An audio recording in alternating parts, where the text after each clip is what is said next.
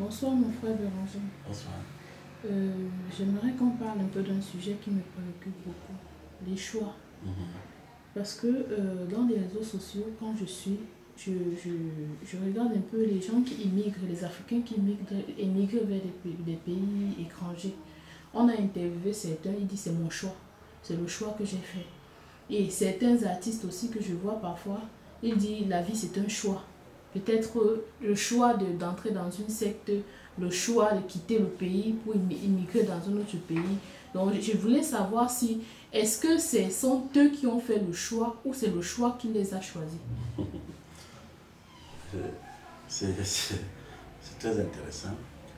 J'ai un de mes beaux-frères qui disait à son ami que tu sais, chacun porte sa croix. Et son ami a été surpris de sa réponse parce que à une époque, son ami, quand il avait des difficultés, il pouvait lui poser ses problèmes, surtout des problèmes d'argent, et il lui venait en aide. Mais comme on dit souvent en Afrique, quelqu'un ne meurt pas pour rien, quand il est parti de son corps, on dit qu'il avait compliqué sa vie après. Et son ami dit, il comprend pourquoi il lui avait demandé de porter sa croix. Pourtant, au départ, il aidait. Donc, en fait, ce que je voulais dire, c'est que, surtout pour nous et pour ceux qui nous écoutent, c'est que dans cet univers-ci, dans notre univers, le degré de compréhension est divisé en deux grands groupes avec des sous-groupes de niveau de compréhension. Maintenant, ceux du bas astral, c'est-à-dire vraiment les êtres qu'on dit des êtres inconscients, ce qu'on appelle le petit peuple, le propos humain, ils n'ont jamais réalisé que les pensées qui les traversent ne viennent pas d'eux. Et que tout ce qu'ils ont comme, on peut dire, ambition, projet dans leur espace mental, ça ne les appartient pas. C'est-à-dire ça vient carrément d'une source qui les communique et les met en mouvement. Et même pour ceux qui entrent dans la dimension de la compréhension très avancée avec l'univers ou avec le Créateur, réalisent au fond qu'ils ne sont pas maîtres de leurs actions. Tu vois, ou des actes qu'ils posent. Parce que chacun est un vase. Et en étant le vase, tu es conduit par la source qui te remplit, qui t'alimente, qui communique avec toi. Donc le mot choix a été bien pensé par des maîtres cosmiques pour faire croire aux gens qu'ils sont maîtres de leur existence. C'est pourquoi tu vois à la fin, observe bien, à la fin, quand on ignore qui on est, quelqu'un se lève un matin, il te dit, j'ai fait le choix de me suicider. Et quand si tu lui poses la question, pourquoi tu te suicides, il va te dire, parce que il n'a pas trouvé d'emploi, sa femme le quittait ou son mari le quittait, les enfants lui cassent la tête, il a perdu son emploi. Donc tu comprends bien que tout ce qui va le pousser à se suicider serait des éléments extérieurs. C'est-à-dire des choses qui sont vraiment hors de la portée de son pouvoir, n'est-ce pas, de maîtriser ces choses-là. Parce que tout est à l'extérieur et a été défini aux êtres humains comme si c'est eux là-bas. C'est-à-dire que parce que le principe du fondement de l'humain est à l'extérieur. L'humain qui s'ignore. Mais maintenant, pour ceux qui viennent du Créateur, l'autre frère Paul dit que le mouvement est l'être et la vie appartient au Créateur. Le mouvement, donc ça veut dire que même articuler, comme je le fais là, le mouvement des articulations, marcher, aller et venir, c'est le Créateur qui met chacun en mouvement. Donc, ceux qui viennent du Créateur savent que s'il touche, s'il a l'appétit, s'il se déplace, s'il doit aller quelque part, c'est sous l'onction du Créateur. Et c'est pourquoi tu vois, j'aime toujours dire, tout ce qui s'approche du Créateur commence à comprendre le fonctionnement de l'univers et comprend l'autre. Il peut se mettre à la place de l'autre. Donc il réalise que si quelqu'un dit même j'ai fait un choix, après il regrette de son choix, tu verras qu'il comprend que c'est parce qu'il réalise qu'il ne se connaît pas.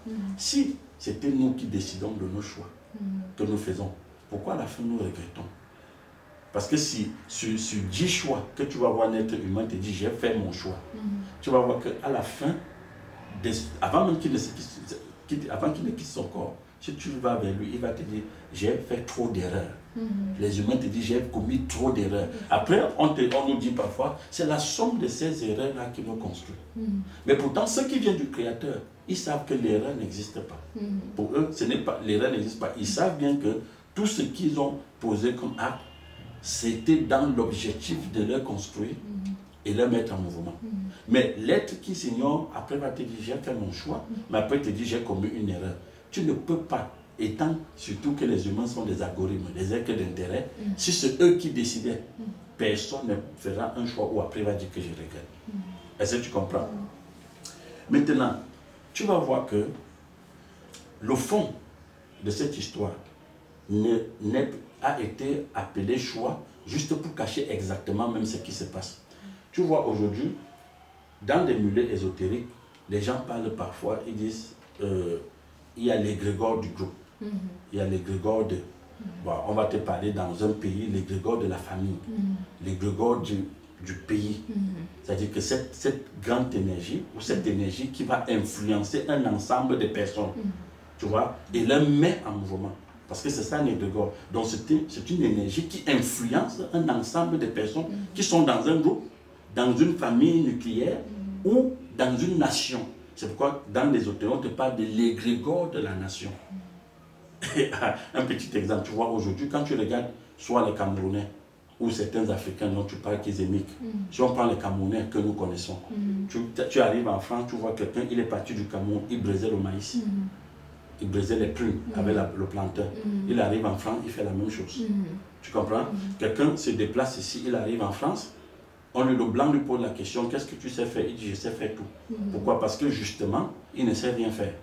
Tu vois? Parce que si tu sais faire tout, ça veut dire que tu ne sais rien faire. En fait, la société ne t'a pas spécialisé pour quelque chose. On ne t'a pas programmé pour un domaine bien précis. Tu vois? Donc pour lui, il pense vraiment que son choix, c'était d'aller en France. Mais quand il est devant maintenant d'autres choix, même pour l'emploi, comme il est dans une société où l'organisation de la société est différente. Donc, ça dit, quand on dit organisation, on parle là de l'égrégore de la société. Est différent de la société d'où il vient. Il ne sait plus comment se positionner. Il dit, je sais tout faire. Est-ce que tu comprends que, voilà, maintenant, soit on lui dit, bon, voilà, tu vas vider la poubelle ou tu vas faire la sécurité. Il s'arrête là. Alors après, il va te dire, c'est mon choix. Non, ce n'est pas son choix. C'est-à-dire que s'il avait mieux que ça, et pour avoir mieux, il faut être évolué dans la conscience, pour avoir mieux. Donc s'il avait mieux que ça, il ne serait pas videur de poubelles. Il ne serait pas en train de briser le maïs. Tu comprends un peu? Il ne serait pas resté en Europe éternellement un produit, un consommateur. Est-ce que tu comprends? Il aura fait autre chose parce que quand on fait un choix, ce choix normalement doit se répercuter tôt ou tard. Et tout ce que nous posons comme acte, elle nous accompagne, elle nous suit. Et tu vois, par exemple, au niveau de cette énergie d'influence des groupes, elle a une particularité. La particularité, c'est que quoi? C'est que ce que vous appelez des choix là, c'est cette énergie qui vous impose cela, parce que cette énergie doit être alimentée par tous les membres de la famille ou les membres de la société dans laquelle vous êtes tiré. Ça peut être une nation, ça peut être un groupe, tu vois, ça peut être une communauté. Donc tous les membres doivent alimenter cet égrégore, c'est-à-dire cette énergie perpétuelle, pour que chaque membre de la famille soit mis en mouvement par cette énergie. Et c'est ça que les gens appellent « j'ai fait mon choix ». Et au fond, tu verras que les choix que les gens disent « j'ai fait mon choix » et après ils regrettent, c'est parce qu'ils n'ont pas compris. Tout ce que tu rencontres sur ton chemin, c'est ce que tu as appelé. C'est ce que tu es. Parce que dans le système universel où nous fonctionnons là, le système du monde que tu vois là, chaque chose fonctionne comme un boulon. C'est-à-dire qu'il y a toujours une vis et l'écrou. Et il faut que la vis toujours vienne ancrer dans l'écrou pour former un boulon. Maintenant, tu vas observer qu'en mécanique, quand il y a des boulons, que quand il faut dévisser, on te dit soit il faut la clé 10, soit il faut la clé 14, ou il faut la clé 7. Donc les clés là sont les différents types de compréhension que représente le boulon. On ne peut pas aller pour un boulon qu'il faut une clé 12, on utilise une clé 7. Ce n'est pas possible. Donc, maintenant, pour que vous formez un boulon, il faut que la vis et l'écrou soient là, c'est-à-dire qu'ils soient compatibles pour former ce boulon. Donc, ça veut dire quoi? Qui veut dire que tout ce que nous recevons, que nous appelons choix, même dans l'inconscience, c'est ce que nous sommes, c'est ce que nous avions appelé. Et à la fin, le fait qu'on ne se comprend pas, on dit je regrette mon choix, ou je regrette d'avoir rencontré tel, je regrette d'avoir eu tel sur mon chemin. Non, quand je le dis, c'est parce que comme je suis un être, un algorithme qui toujours pense que c'est son intérêt qui doit d'abord passer, pense regretter parce qu'il se dit qu'il n'a pas satisfait, l'autre n'a pas satisfait ses intérêts. Mais pourtant, au fond, il était appelé à le rencontrer. Parce qu'il représente un volume d'énergie, et le volume d'énergie que tu représentes, il y a plusieurs comme toi dans le monde, dont vous deviez vous mettre ensemble. Est-ce que tu vois ça? Et tu vois, dans la Bible, il y a une histoire très intéressante sur cette histoire de choix ou d'égrégore ou de ce que nous appelons. Alors, tu vas voir, on te parle de Akab. Beaucoup de gens connaissent le roi Akab. Alors, on te dit, le roi Akab va épouser, la particularité de ce roi, c'est qu'il va épouser Jézabel. Mais qui est Jézabel? C'est là où l'histoire devient intéressante. Jézabel est la fille de Edbal. Edbal, lui, il est le grand maître, donc le grand prêtre du culte de Baal en Sidonie. C'est un autre pays. Et souviens-toi que dans les Écritures, on te dit que l'Éternel disait toujours que tous les pays qui n'étaient pas juifs, qui n'étaient pas de la nature, tout autre pays en dehors d'Israël, étaient livrés à l'armée du ciel. C'était donc, de facto, c'était des chiens. L'armée du ciel, là, on parle, comme disent les chrétiens, des démons. Hein. C'est-à-dire que livrés à l'univers, livrés à Satan. Donc, qui veut dire quoi? Qu'ils étaient en dehors de la compréhension créatrice. Ils ne se connaissaient pas. Ils étaient gérés carrément par l'univers. Tu vois, ils étaient gérés. Donc, soit ils étaient la projection visible de l'univers, et l'Éternel les appelait des chiens. Parce que toutes les nations païennes étaient appelées des chiens. D'après ce que dit la Bible. Bon, et tu vois bien que toujours dans la même Bible, on te dit qu'il était strictement interdit de se mettre ensemble. Ça veut dire qu'il ne fallait pas faire un choix avec quelqu'un qui était en dehors de la compréhension créatrice. Mais Akab, qui est un fils de roi, va se mettre ensemble avec Jézabel, qui est la fille d'un haut prêtre dans l'univers, d'un haut prêtre maçonnique. Est-ce que tu comprends ça? D'un haut prêtre cosmique, qu'on peut dire un représentant de Satan.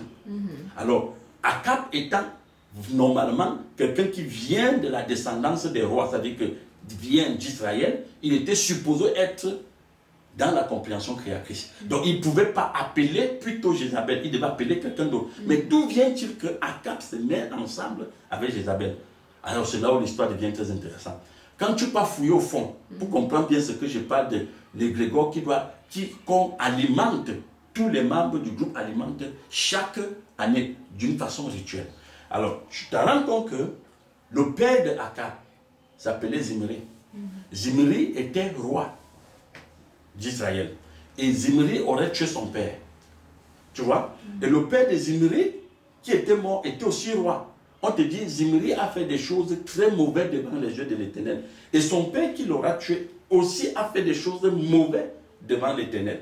Est-ce que tu comprends?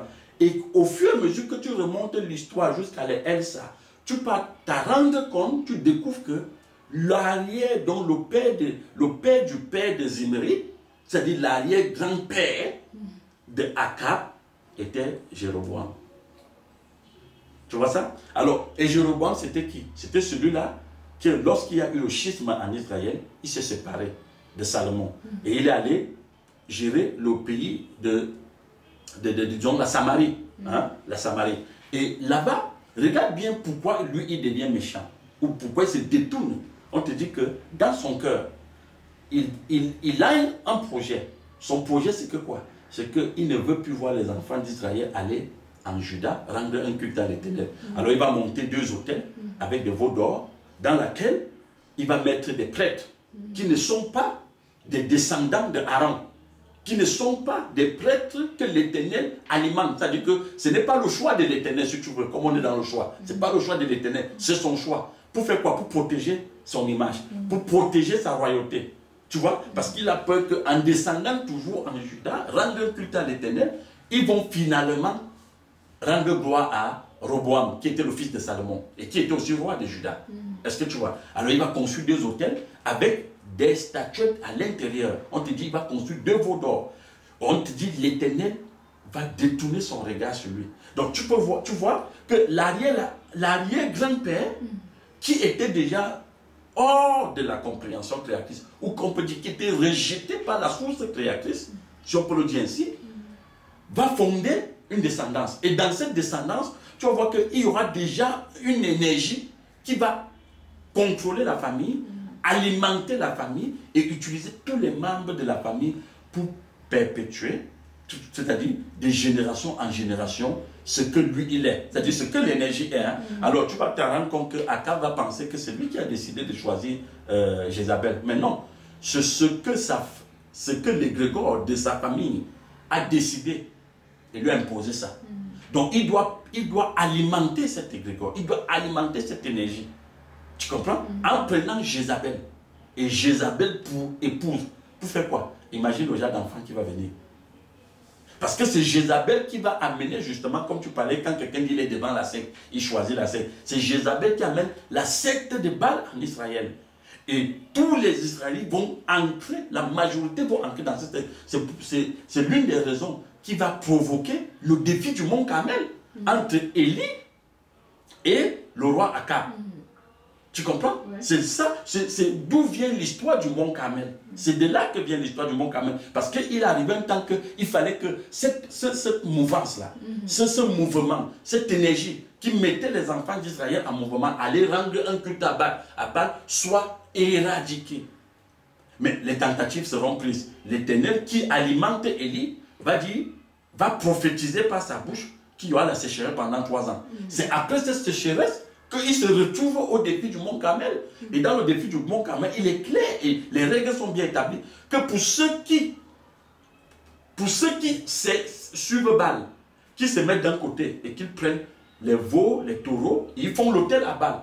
Et ils invoquent Baal. Si Baal répond, c'est qu'il est Dieu. Et pour ceux qui suivent l'Éternel, qui font aussi, c'est-à-dire un autel, et ils invoquent l'Éternel. Et on dit l'Éternel, celui qui serait la source qui serait vraie. C'est la source qui va répondre par le feu. Je ne sais pas si tu vois ça. Ouais. C'est la source qui va répondre par le feu. Pourquoi donc Élie fait ça? Parce qu'il n'est pas un inconscient. Tu comprends? Élie veut montrer là aux enfants d'Israël que les choix que vous aviez faits n'étaient pas des choix, c'est-à-dire ça n'émanait pas de vous.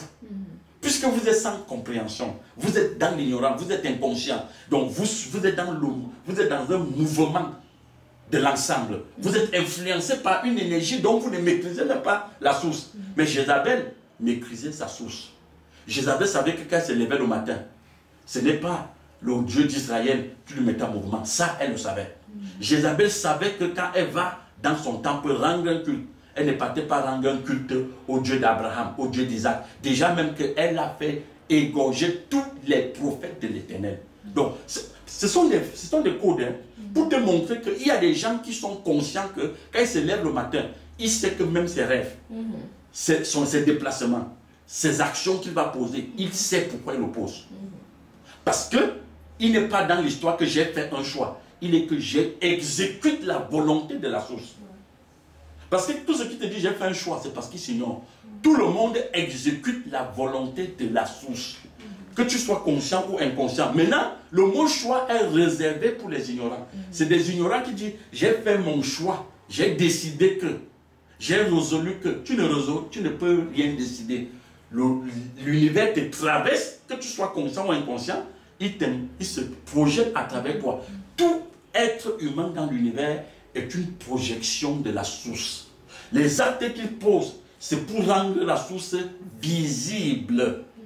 C'est pour rendre la source visible. Et c'est pourquoi je parlais que dans l'histoire de Grégor, tu vois que tous les membres doivent alimenter l'égrégore. Donc, tous les individus doivent alimenter la source auquel ils appartiennent. Maintenant, Jézabel connaissait bien qu'elle ne faisait pas de choix. Elle savait qu'elle obéissait à la source. Elle rendait sa source visible. Par contre, Élie, lui-même savait que Israël, en suivant Baal, ils étaient dans l'inconscience. Et lui, Élie, pourquoi il n'a pas suivi Baal? Parce qu'il savait bien que lui-même, il ne peut pas faire ce choix. Tu comprends? Lui, il est la projection de la source créatrice. Tu comprends un peu? Donc, quand quelqu'un se retrouve devant la secte, et quelqu'un te dit, j'ai décidé de vendre mon âme au diable, comme tu parlais des artistes aujourd'hui, il y a deux dimensions dedans. Beaucoup le font, même pour vous empêcher d'entrer dans la dimension de développement avec la source dans laquelle vous êtes tiré. Parce que pour eux, connaître vraiment la source à laquelle ils sont tirés et aller têter au sein de la source, c'est une richesse. C'est ça même leur force.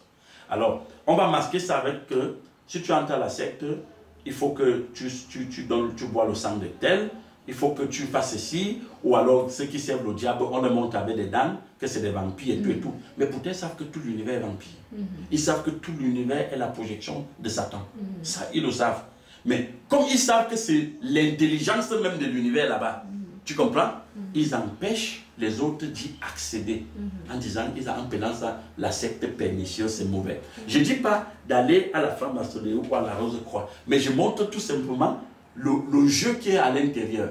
Voilà. Maintenant, certains qui vont à la secte, ils te disent, j'ai choisi la secte. Posez-lui la question, pour la majorité des inconscients, il y a des gens qui sont entrés à la franc-maçonnerie et à la Rose-Croix, tous les sectes que tu peux imaginer, tu vois, la cabale juive, etc., pas pour se développer à l'intérieur, mais parce qu'ils ont pensé que la pauvreté, que la société les a présenté, que la pauvreté, c'est le manque des éléments extérieurs, c'est le manque de voitures, c'est le manque de travail, c'est le manque de maisons. C'est à la secte qu'on résout ce problème. Donc il n'est pas pour un développement de l'esprit, mais il va pour acquérir la maison, pour obtenir la voiture, pour avoir un emploi. Au Cameroun, qu'est-ce qu'on dit? On dit la Rose-Croix, il y a un très grand carnet d'adresse. Donc si tu as la Rose-Croix, tu as un carnet d'adresse large. Donc tu vois bien que pour eux, c'est un positionnement social. Mais pourtant, la définition de la secte, quand j'ai lu des livres sur la secte, avec les gens comme les Léonard de Vinci, les Napoléon, mais la secte pour eux n'était pas pour un problème de carnet d'adresse. C'était justement pour rendre la source visible. Tu vois bien que c'est eux qui vont organiser la société dans laquelle nous sommes aujourd'hui, avec des choses telles que l'éducation, telles que l'économie, le commerce international. Est-ce que tu comprends pour nous? La politique, tu comprends? La science, les recherches. Mais cela, ce sont eux. Ce sont eux. Ils ne sont pas allés pour chercher l'emploi. Ils ont plutôt mis, c'est-à-dire ce que vous appelez chercher l'emploi, l'emploi sur pied. C'est eux qui organisent ce qu'on appelle l'emploi. C'est eux qui amènent ce qu'on appelle le bac. C'est eux qui amènent ce qu'on appelle le code civil.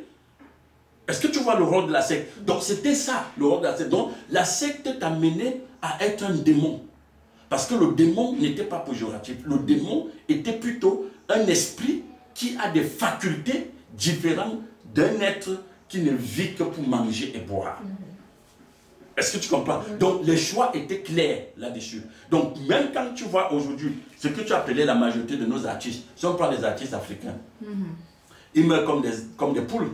Tu vois, quelqu'un à 21 ans, il meurt. L'autre à 19 ans, il meurt. D'autres à 30 ans, il meurt. Pourquoi? Parce que ce sont des différents clubs. On te parle du club de 49, le club de 33, le club de 66, tu vois, le club de 101. Parce que le club... Donc c'est toujours comme ça, des chiffres impairs. Et donc au fur et à mesure que tu accèdes à ce club, mais tu attends. Au Cameroun, généralement, on appelait ça couramment quoi? Vivre heureux, mourir jeune. Mais ça, c'est pas vivre heureux. Exister, soi-disant heureux et mourir jeune. Mais regarde la définition de heureux. Pour eux, heureux, c'est quoi? C'est quand tu as eu la maison, quand tu as eu la voiture, quand tu as eu un poste. Ils appellent ça heureux. Mais pour ceux qui font des choix, le vrai choix, s'il y avait même choix, le seul choix, c'est soit tu sais Satan consciemment, soit tu sais le Créateur consciemment. Il n'y a pas de choix qu'en dehors de ça. Je ne sais pas si tu comprends. Il n'y a pas autre choix en dehors de cela. C'est pourquoi tu vois, je t'ai raconté l'histoire de Jézabel. Jézabel n'était pas dans le choix. Jézabel était dans la paix, comment je peux dire, dans l'alimentation de sa source et de la projection de sa source au quotidien. Jézabel aura 450 prophètes de Baal, 450 prophètes d'Akhéra, 450 prophètes ayant exterminé tous les prophètes d'Israël, de l'Éternel.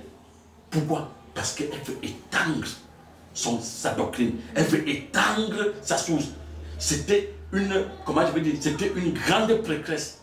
C'est-à-dire, c'est une conscience, hein. On présente là une conscience. Ne vois vraiment pas Jézabel comme un être humain. On te parle là d'une dimension de conscience cosmique. C'est-à-dire, aujourd'hui, comment on peut te dire, les États-Unis, étant les maîtres du capitalisme, ou de la démocratie, veulent étendre la démocratie partout dans le monde. C'est ça Jézabel. Ils ne sont pas, quand les États-Unis disent que tel pays n'est pas démocratique, ils ne parlent pas, ce n'est pas un choix qu'on te demande de faire, on t'impose ça. Donc, parce que c'est une vision de société. Alors, le communisme de son côté dit, mais il faut qu'on se réunisse, qu'on tende aussi le communisme. La Chine est communiste, la Russie est communiste.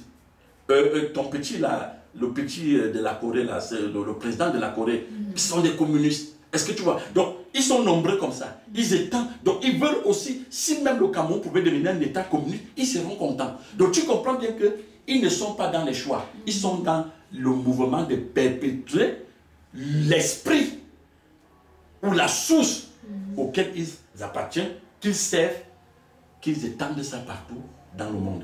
Est-ce que tu vois? Donc, tous ceux qui disent, j'ai fait un choix, mon choix c'est d'aller en Europe, tu comprends bien que celui-là, quand tu suis ce genre de langage, comprends bien qu'il ignore qui il est. J'ai fait le choix d'aller en Europe. Ça, c'est pas un choix. Les conditions. Puisque tu es un code social, tu as été construit par la société. Et la société t'a montré que la pauvreté, c'est l'absence de travail, des routes, tu vois, et des industries. Alors, on te dit, en Europe, il y a les industries, il y a les routes, il y a le travail. C'est la richesse là-bas. Mais tu vois que tu pars parce que les images qu'on t'a montrées, ce n'est pas le choix que tu es tenté de faire. Ce n'est pas ton choix. C'est le choix que la société la société t'a même pas donné un autre choix que ça. Parce que si on avait dit aux gens, ma soeur, si on avait montré aux gens que la pauvreté n'est pas l'absence des voitures, de l'argent, de l'emploi, ou des routes, ou des ponts, que la pauvreté, par exemple, c'était le fait de ne pas avoir l'eau dans des puits derrière la maison. Mais beaucoup de gens n'iront pas en Europe. Ils vont plutôt chercher à creuser les puits derrière la maison. Donc, c'est ça le problème. Donc, quand quelqu'un dit j'ai fait un choix, tu fais le choix par rapport à quoi? Tu comprends? Ça, point d'interrogation. Qu'est-ce qui te pousse à faire ton choix? Mais ce sont les codes de la société. C'est les images que la société t'a présentées qui te mettent en mouvement. Tu comprends pas? Personne ne part en Europe parce qu'il te dit qu'il va aller en Europe pour ramener l'esprit de l'Europe dans son pays. Mais il te dit, je m'en vais me chercher. Mais si tout ce que tu vois en Europe aujourd'hui est projeté plutôt en Afrique, les gens vont te dire que je quitte l'Europe pour aller en Afrique. Ça serait un mouvement. On a vu ça avec l'histoire de l'Égypte. Les gens partaient de l'Europe dont tu parles là pour venir chercher le travail en Égypte. Donc, quand Socrate a fait 20 ans en Égypte, quand Pythagore a fait des années en Égypte, tu comprends? C'était par rapport à quoi? Mais parce qu'ils ont quitté la Grèce pour aller s'établir en Égypte. Parce que c'était l'Égypte qui était justement la projection de la source cosmique à une dimension très avancée. Donc, ça suscitait les convoitises dans les gens. Donc, à cette époque-là, on avait défini l'Égypte comme les États-Unis d'aujourd'hui. Tout le monde convergeait là-bas. Parce que, étant des produits de société, on va toujours vers où il y a l'esprit. On va vers l'esprit. Tout le monde converge vers l'esprit. Donc, c'est ça que les gens qui sinon appellent les choix. Tu comprends? Même les chefs d'État africains, quand ils volent l'argent dans leur pays, ils partent garder en Europe. Est-ce qu'on n'a pas les banques en Afrique? On a des banques. Pourquoi ils ne gardent pas l'argent ici? Pourquoi ils n'investissent pas ici? Il faut aller toujours où il y a l'énergie supérieure. Donc, ils vont te dire, j'ai choisi d'aller garder mon argent en Suisse. Non. C'est ce qu'on lui a présenté. On te dit la Suisse est un pays neutre, la Suisse protège tous ceux qui gardent leur argent, la Suisse ne se déclare pas sur les comptes des gens, la Suisse reste neutre. Donc la Suisse leur présente tout un ensemble de choses qui va leur mettre en mouvement. Ils vont dire j'ai fait mon choix. Non, c'est ce qu'on t'a présenté. Les vrais esprits ne sont pas dans le choix. Ils sont plutôt dans quoi? Dans l'exécution, l'obéissance de la source. Ils se disposent et la source les utilise pour se rendre visibles. On ne parle pas de choix avec eux. Jézabel n'avait pas de choix à faire. Jézabel rendait la source qu'on va appeler Baal, cet égrégore. Elle mettait ça en exergue, elle rendait ça visible. Donc, à travers Jézabel, le culte de Baal a été connu en Israël d'une façon très puissante. C'est pourquoi jusqu'aujourd'hui, on raconte cette histoire dans la Bible. Est-ce que tu comprends? On raconte. Et pour que peut-être on sorte de là, si tu as une autre question, souviens-toi que Jézabel, selon les Écritures, par sa parole, on dit juste par un mot, va faire paniquer Élie. Est-ce que tu comprends? Et elle dit qu'elle va égorger Élie. Parce que Élie est qui pour venir s'infiltrer dans la projection que fait la source dont elle sert. Et on te dit, Élie va aller faire une prière où il dit à l'Éternel, Jézabel a tué tous les prophètes, tes serviteurs, je suis resté seul. Alors il demande au secours de l'Éternel. L'Éternel lui répond, qu'est-ce que tu en sais? Il y a 7000 hommes qui n'ont pas fléchi les pieds devant Jézabel, devant Baal. Ça veut dire quoi? Les 7000 hommes, ça veut dire c'est 7000 consciences qui savent que ce qui se passe là, le mouvement qui se passe avec Jézabel, est un mouvement des êtres conscients. Alors, comme ils sont des êtres conscients, ils ne peuvent pas s'alimenter là-bas. Ce n'est pas leur source. La source, c'est le Créateur. Donc, on ne parle pas de choix. Le choix, c'est pour ceux qui ignorent qui ils sont. Mais ceux qui sont conscients ne font pas le choix. Ils se disposent.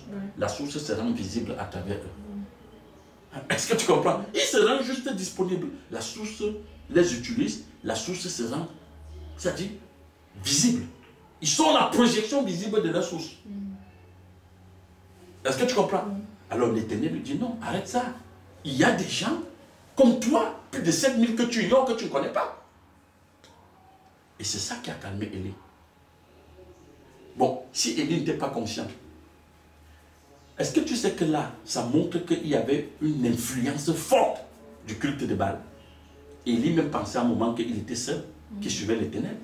Ça pouvait faire comme si ça veut le fléchir.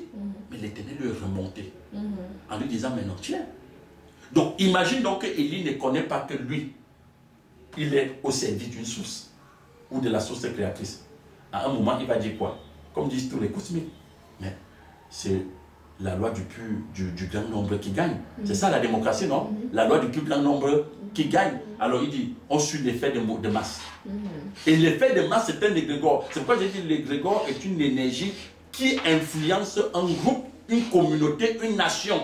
Et utilise ses membres pour se mettre en mouvement. Donc les gens ne font pas de choix. C'est l'égrégore de la communauté ou de la nation dans laquelle ils existent qui les met en mouvement.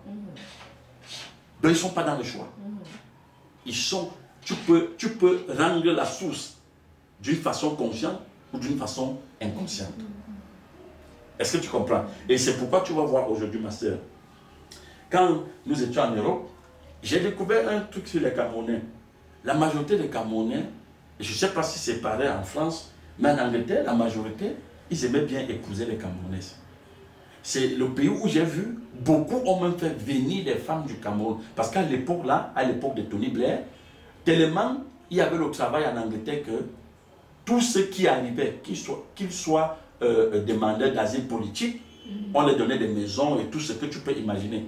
Et les gars pouvaient même travailler, même s'ils travaillaient au noir, comme on le dit couramment, ils ont préféré faire venir les femmes du Cameroun. Contrairement en France, hein. Voilà, parce qu'en France, tellement c'est difficile là-bas, l'argent est d'une rareté que je ne vois pas trop les Camerounais, ramener les femmes du Cameroun. Bon, maintenant, si même ils sont à l'école, tu vas voir, ils se sentent à l'aise de rencontrer leurs sœurs camerounaises. Est-ce que tu vois ça? Pareil pour d'autres communautés, que ce soit les Boutchouanais que j'ai rencontrés, les Érythréens, tous. Tu vas voir, les gens se mettent toujours en communauté entre eux, jusqu'à ce que, dans le quartier où nous étions, j'ai constaté même l'agglomération, la façon dont l'État a construit les cités. Tu vas voir que les cités où on loge tout ce que tu appelais les immigrants ou les immigrés, où on les loge entre eux. On sait bien qu'à Lincoln Green, par exemple, à Lille, il y a les Camerounais. Alors, si tu demandes la maison à la mairie va t'envoyer, il te trouve un flat. Un flat, ça veut dire un immeuble, un appartement à Lincoln Green. Parce qu'il sait que quand il a vu tes origines camerounaises et tout, ou africaines, on vous plaque tous là-bas. Pour que quoi? pour que faites vos choix entre vous, alimentez-vous entre vous, restez dans vos égrégores, l'égrégore et dans vos codes, vos visions, vos regards de société, restez là. Tu comprends? J'étais à Bansley, un village de l'Angleterre, tellement propre. Tu comprends? Mais quand les Blancs me voyaient, ils voulaient me toucher. Parce que pour eux, j'ai dit l'Angleterre qui est un pays où il y a même beaucoup de Noirs. Le village est tellement structuré, organisé. Tu ne vois que des Blancs. Est-ce que tu comprends? Donc, tu comprends bien que ça veut dire qu'ils ont vu une projection, un autre visage de la source. Même s'ils sont inconscients. Hein, parce que je suis l'univers. À l'époque, je suis carrément l'univers. Donc, ils ont vu une autre forme de l'univers qu'ils n'ont pas l'habitude de voir. Et dis-toi maintenant, si je passe 20 ans dans ce village, ça veut dire que je veux fonder ma famille là, peut-être avec un Camerounaise, je fonde ma famille là, et nous allons continuer. C'est quoi les grégores? Quand eux, ils mangent peut-être que chips, paille en fiche, moi je veux manger le gombo avec la sauce, avec le couscous, ou alors le pilé, non, tu vois un peu, ou alors le zoom, tu comprends, ou le coq, ou le héros. Donc tu vois, ça c'est ce qui m'a alimenté depuis mon enfance. Ça c'est les seuls choix qui ont été devant moi. C'est ce qu'on m'a façonné avec. C'est ce que l'univers m'a toujours présenté. Est-ce que tu comprends? M'a toujours présenté. C'est où justement tu vas voir que quand certains m'arrivent dans ce pays, ils ont la difficulté même au niveau alimentaire. Ils ne peuvent pas s'alimenter sur le plan culinaire. Parce que ce que leur société d'origine les a présenté depuis l'enfance, mais c'est un autre programme différent là-bas. Est-ce que tu comprends? Alors, c'est où tu comprends maintenant quand les politiciens occidentaux parlent, ils te disent qu'il faut intégrer les autres. Intégrer, ça ne veut pas dire de leur donner seulement les papiers. Mais intégrer, ça veut dire qu'il faut construire leur regard, ce qu'ils sont comme société, l'image ou la vision de l'égrégore de leur pays dans ces gens-là. Est-ce que tu comprends? Alors aujourd'hui à RFI, je suivais, on disait que